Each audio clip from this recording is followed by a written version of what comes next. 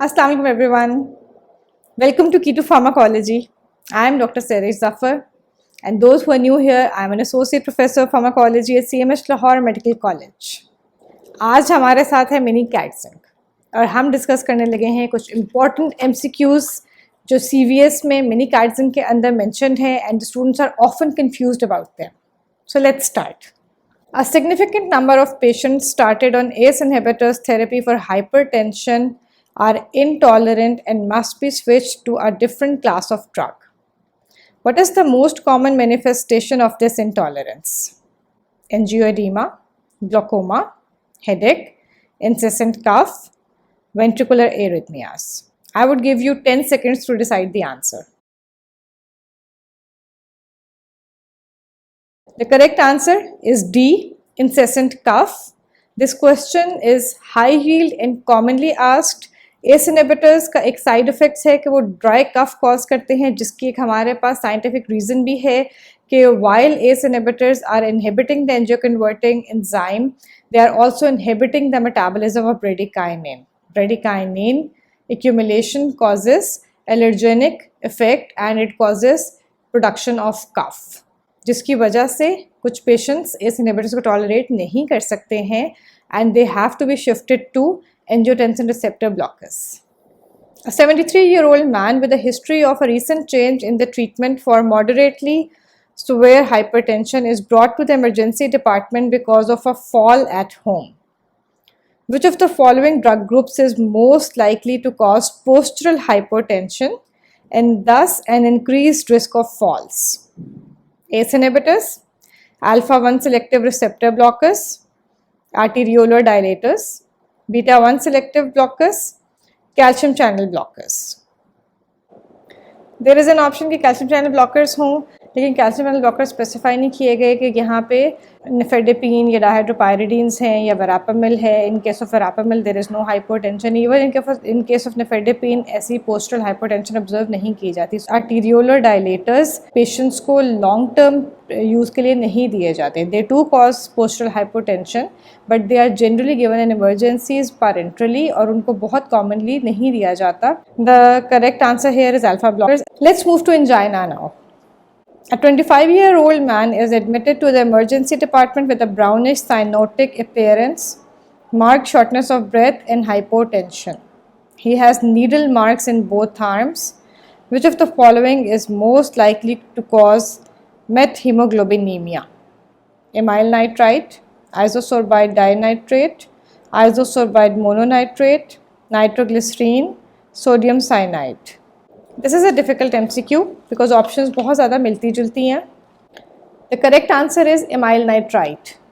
Why? आप देखें बहुत ट्रिकी यहाँ पे जो पार्ट है इस क्वेश्चन का वो ये है कि there is just a difference of one alphabet between nitrites and nitrates. Nitrates do not cause methemoglobinemia. Isosorbide dinitrate, mononitrate, nitroglycerine, all of them are nitrates and they do not cause methemoglobinemia. Amyl nitrite is the only nitrite here which causes methemoglobinemia. Cyanide cannot be the answer because cyanide poisoning with the nitrates, when administered, they cause methemoglobinemia, which is then treated with methylcobalamin. लेकिन cyanides by themselves are not responsible for causing that methemoglobinemia. Let's move to the antiarrhythmic drugs. A 36-year-old woman with a history of poorly controlled thyrotoxicosis has recurrent episodes of tachycardia with severe shortness of breath. During elective surgery to remove her thyroid, she develops a heart rate of 200 with a slightly decreased blood pressure. Which of the following drugs would be most suitable? Amiodarone, disopyramide, esmolol, quinidine, verapamil. एक patient है, उसकी thyrotoxicosis की history दी गई है और उसको कहा गया कि ड्यूरिंग सर्जरी अगर पैल्पिटेशंस एरिथमियाज जो है वो ऑब्ज़र्व किए जा रहे हैं तो क्या देना चाहिए. आई थिंक ये चीज़ हमने बहुत दफ़ा रिपीट भी की है और आप लोगों को बहुत दफ़ा इस चीज़ पे एम्फेसाइज़ किया भी गया होगा इन योर कॉलेजेस के थायराइड ड्यूरिंग सर्जरी क्या होता है कि there is a spill of hormone. ठीक है, अब active hormone is spilled into the bloodstream and that is causing the tachycardias. Beta blockers are the most suitable choice here because they are going to block the tachycardia and they are going to induce normal sinus rhythm. A 16-year-old girl has paroxysmal attacks of rapid heart rate with palpitations and shortness of breath. These episodes occasionally terminate spontaneously but often require a visit to the emergency department of the local hospital. Her ECG during the episodes reveals an AV nodal tachycardia. Which of the following drugs would be most suitable for prophylaxis of future episodes of acute AV nodal tachycardia? The options include adenosine, amiodarone, flecainide, propranolol, verapamil. Looking at the scenario, एक चीज़ तो हम यहाँ पे shortlist कर सकते हैं कि AV nodal tachycardia is a type of supraventricular tachycardias. So अब यहाँ पे हमारी ड्रग ऑफ चॉइस बहुत लिमिट हो जाती है. Supraventricular tachycardias के लिए the answer can either be adenosine or it can be verapamil because these two are the first line drugs for the treatment of supraventricular tachycardias. बाकी सब out हो गई. Out of these two हम कौन सी select करेंगे? Adenosine although is a very good drug for the supraventricular tachycardias लेकिन it has a very short duration of action. Acute termination of attack के लिए तो आप एडिनोसिन यूज़ कर सकते हैं. But looking at the question, एक लाइन एक यूज़ की हुई है कि प्रोफाइलेक्सिस के लिए अगर आपने कोई ड्रग देनी है दैट मीन्स कि आपने उसको लॉन्ग टर्म देना है, तो इतनी शॉर्ट ड्यूरेशन ऑफ एक्शन की drug long term effect produce नहीं करेगी. That is why the correct answer here is verapamil. Let's look at the diuretics. A 50-year-old man has a history of frequent episodes of renal colic with calcium-containing renal stones. A careful workup indicates that he has a defect in proximal tubular calcium reabsorption, which results in high concentrations of calcium salts in the tubular urine. The most useful diuretic agent in the treatment of recurrent calcium stones is chlorthalidone, diazoxide, ethacrynic acid, mannitol, spironolactone. Typical history है, एक patient है, उसके अंदर urinary calcium increase कर गया है. अब again looking at the diuretics, हम थोड़ा सा अगर analyze करें तो there are only two groups of diuretics जिनका calcium के साथ कोई relation है.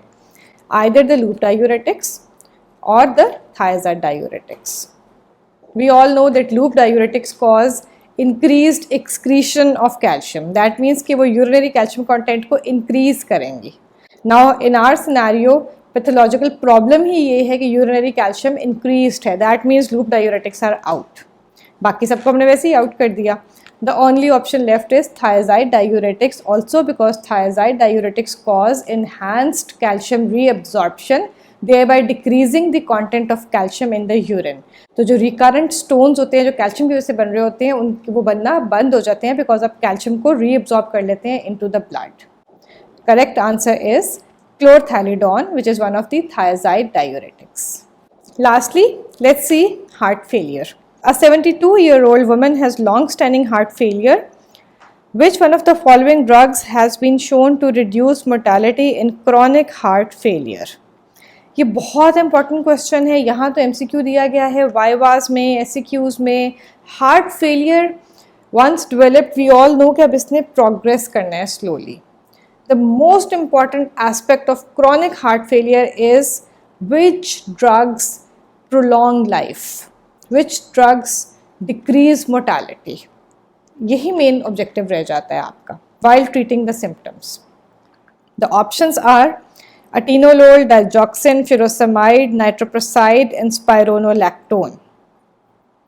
In sub options में spironolactone is one of the aldosterone antagonists. This is the correct answer.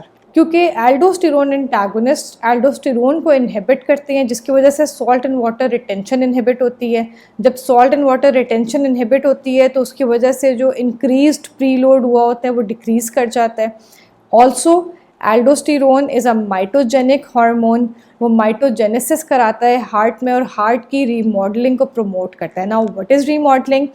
Heart का tissue when it is unable to take excessive stress in the form of increase blood volume, increase sympathetic activity, तो वो heart muscle जो है ना वो week होता चला जाता है, जिसकी वजह से आहिस्ता आहिस्ता वहाँ पे जो मस्कुलर टिश्यू है वहाँ पे रीमॉडलिंग स्टार्ट हो जाती है। दैट मीन्स कि वो tissue Aahista Aahista fibrous tissue बनना शुरू हो जाता है। नाउ इमेजिन कि एक मस्कुलर इलास्टिक स्ट्रेचेबल टिश्यू एक inelastic stiff fibrous tissue से रिप्लेस हो जाता है। दैट मीन्स कि अब वो जो फाइब्रस टिश्यू है it will not be able to contract. That is the remodelling, वो माइटोजेनेसिस की वजह से होती है जिसको एल्डोस्टेरोन कराता है। That is why when you prevent remodelling of the heart by blocking aldosterone, तो हार्ट मसल का सर्वाइवल इंक्रीज कर जाता है। इसमें बाकी ऑप्शंस पे तो बिल्कुल भी कोई डाउट नहीं है कि वो मोर्टालिटी को इंक्रीज नहीं करते, like digoxin, furosemide and nitroprusside.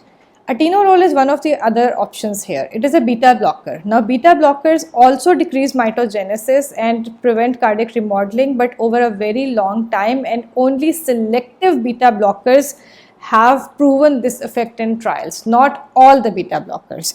कौन सी है वो सिलेक्टिव? Carvedilol, metoprolol, bisoprolol. सिर्फ इन्होंने कार्डियक मोर्टालिटी को डिक्रीज किया है in cases of chronic heart failure over a very long period of time. Otherwise, while we have both the options here, one of the beta blockers and one of the aldosterone antagonist, there is no doubt that aldosterone antagonist is the correct answer.